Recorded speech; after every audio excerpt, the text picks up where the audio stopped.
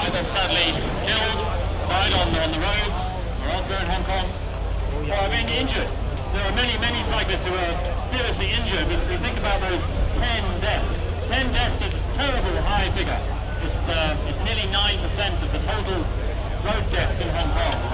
We know that 9% of the journeys are not made by bicycles, so it's a disproportionately high number. We think about the injured, we think about other people who died while cycling, not simply those who've been hit by motor vehicles, much as that's our focus. We think about the old lady who had a heart attack while she was riding, about the construction worker who collided with another cyclist on a cycle path. We think about the gentleman who was hit by a falling tree branch. Very sad accident. He's still a cyclist and he's still thinking of him as much as the others. Right on our minds at the moment are our two friends who died in the last 10 years.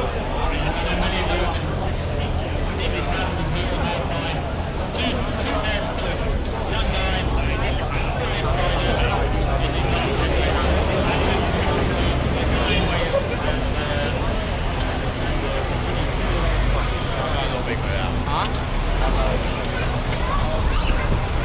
And let's see about it. We blame the drivers every time because the driver who hits a cyclist on the road is responsible. And we see that driver and we look at him as the cause of that person's death.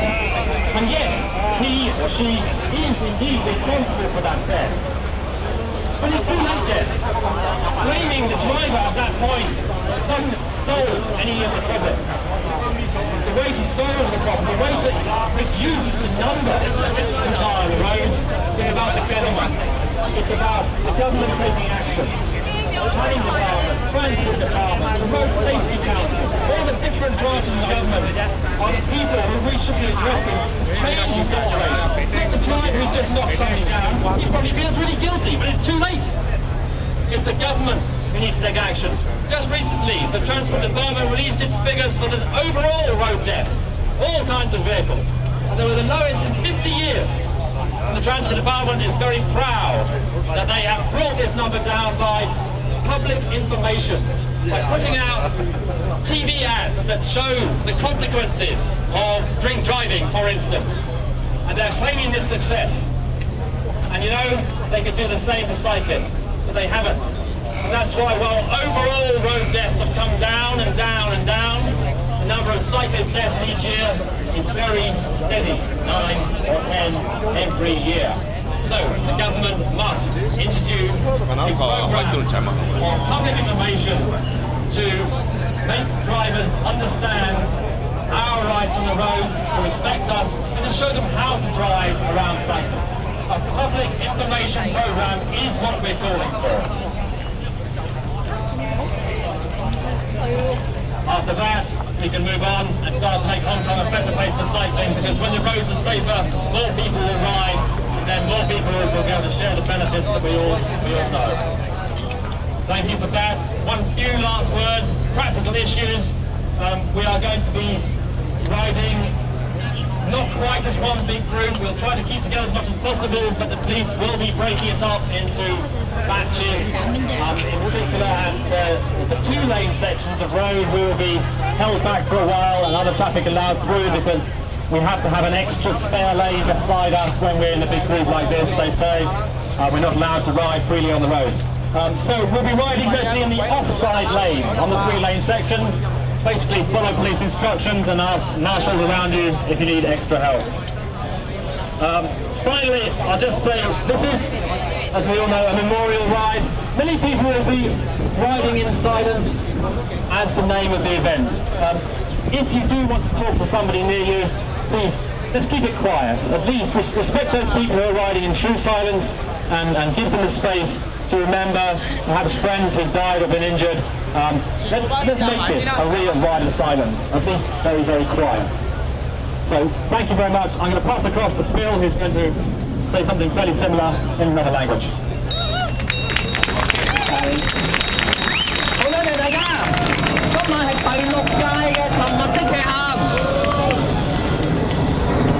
我希望係透過沉默的騎行呢件事呢個行動，提高香港單車喺香港嘅地位、單車意識同埋單車權利，同埋最主要就係話紀念過喺路上身亡或者受傷嘅人士。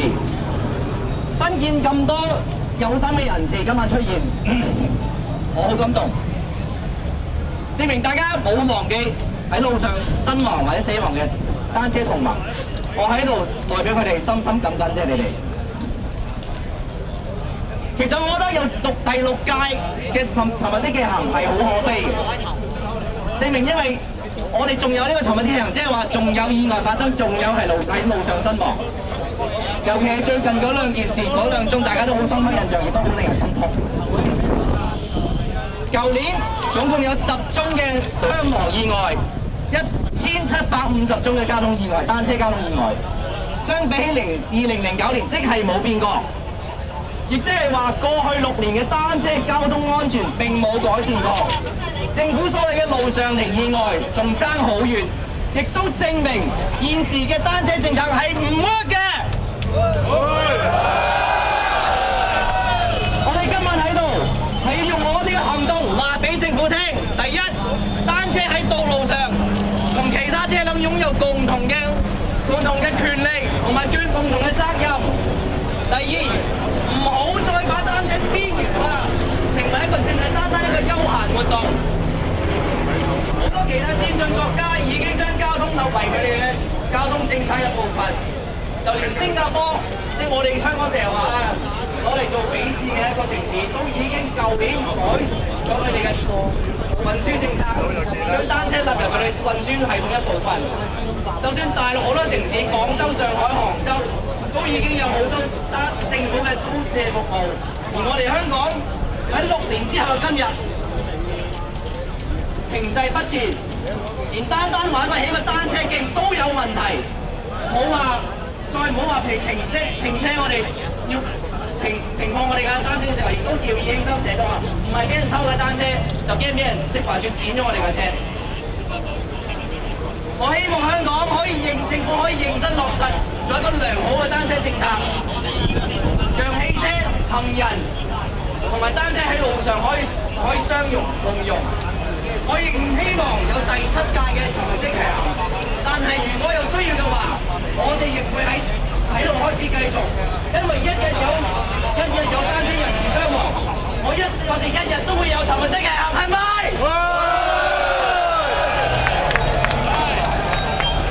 講一啲實際啲嘅嘢，大家呼籲下大家嗱，記住，第一有前後燈唔該，因為警方已經講咗好多次啦，前後燈係需要有嘅。另外就係話呢個係一個遊行，唔係一個比賽，所以唔好話鬥快。希望大家懷一個沉重少少嘅心情去踩呢個沉默的騎行。頭先 Martin 所講過啦，大家希望保持沉默少少，因為始終係叫沉的騎行。咁最後就係話安全第一，希望大家今晚有一個安全完成呢個沉默的騎行嘅。咁而家我哋可以大家希望大家向住火車站呢邊跪低默哀1分鐘。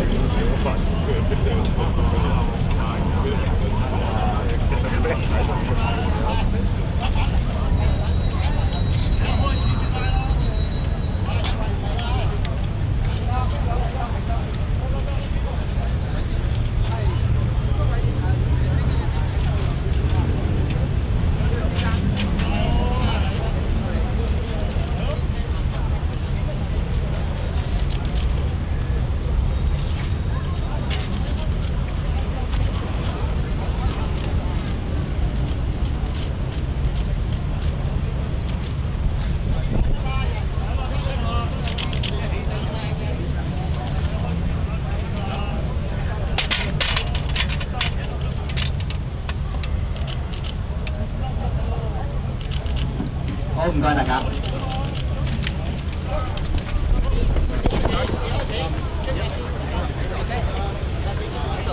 大家麻煩咁可以開始㗎啦。慢慢由呢度一路出去，咁啊希望大家守秩序。係開始啦，唔該晒。同埋大家呢度可以慢少少，因為我哋要一路上人數㗎，咁慢慢出嚇，唔該。Please go slowly because we have countheads. Thank you. Yeah. I know. I think we'll have more fun if they really come on.